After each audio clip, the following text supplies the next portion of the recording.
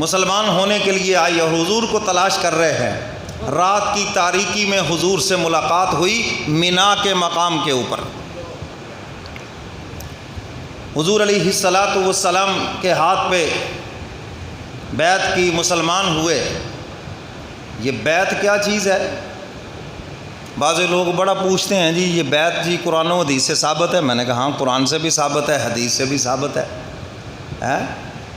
جی بیعت ہونا ضروری ہے؟ میں نے کہا سنت ہے، سنت کے رستے سے آؤ گے فائدہ زیادہ ہوگا۔ کیوں جی بات سمجھ آئی کہ نہیں؟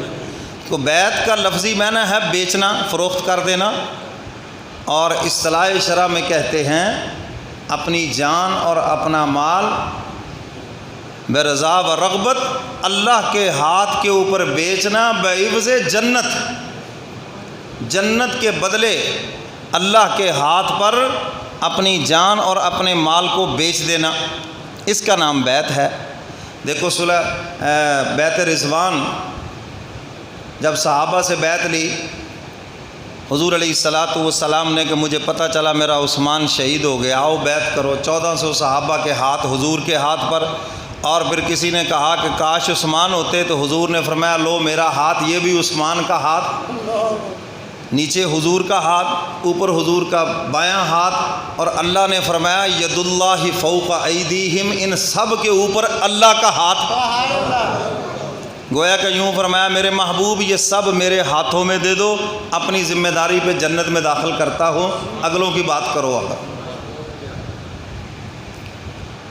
تو میرے محترم سامعین، جو بھی کسی صاحب اصلاح سے، صاحب نسبت انسان سے بیعت کرتا ہے، وہ حقیقت میں اللہ کے ہاتھ پہ بیعت کرتا ہے۔ اور حضرت تھانوی رحمۃ اللہ علیہ نے اس کو مثال سے سمجھایا، فرمایا دیکھو جب حکومت کہتی ہے ہم نے گندم خریدنی ہے یا کوئی بھی جنس خریدنی ہے، تو حکومت خود تھوڑی آ کے خریدتی ہے، اس کا نمائندہ ہی خریدتا ہے نا۔ پٹواری خریدے گا، تحصیلدار خریدے گا، یا اے سی خریدے گا، کوئی بھی خریدے گا، ہیں جی؟ تو آپ اس کو یہ تھوڑی کہتے ہیں کہ یہ تحصیلدار نے خریدی، آپ کیا کہتے ہیں؟ یہ حکومت نے خریدی ہے۔ تو فرمایا اسی طرح یہ جو اللہ کے ہاتھ پہ بیعت ہے یہ اللہ کے لیے ہے۔ مرشد کے ہاتھ میں مرشد صحیح ہو، وہ 2 نمبر نہ ہو۔ وہ کیا کہتے ہیں کہ داڑھی نہ موچھتے اگے کچھ نہ پوچھے۔ جو خود غیر تربیت یافتہ ہے، جو خود حضور کی سنت کے خلاف ہے، وہ مرشد بنانے کے قابل ہی نہیں ہے۔ نماز وہ نہیں پڑھتا ہے جی، عورتوں سے پردہ وہ نہیں کرتا، تو وہ تو مرشد بنانے کے قابل ہی نہیں ہے۔ ایسے پیر کی بیعت توڑنا واجب ہے۔ کسی صحیح مسلح انسان سے بیعت ہونا یہ سنت ہے۔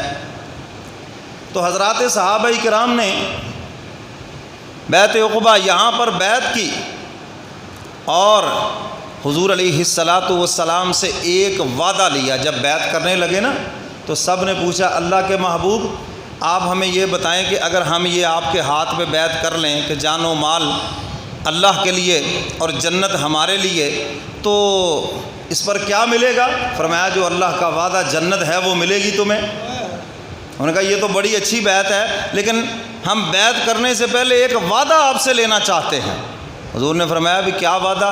اللہ کے محبوب آپ مکہ چھوڑ کر مدینہ تشریف لے آئیں، ہم آپ کی حفاظت کریں گے ہر طرح سے، اور اللہ جب کبھی آپ کو فتح دے دے آپ نے پھر ہم مدینہ والوں کو چھوڑ کے کبھی نہیں جانا۔ اور میں کہا کرتا ہوں کہ وہ مکہ والے اپنی اکڑ فو میں رہے، اور وہ مدینہ کے دیہاتی آئے 2 جہاں کا خزانہ اٹھا کے لے گئے، وہ اپنی اکڑ فو میں ہی رہ گئے۔ تو حضرات صحابہ کرام نے جب حضور علیہ الصلاۃ والسلام کے ہاتھ پر بیعت کی تو یہ اللہ کو ادا اتنی پسند آئی، حق تعالیٰ نے پھر یہ قرآن کریم کی آیات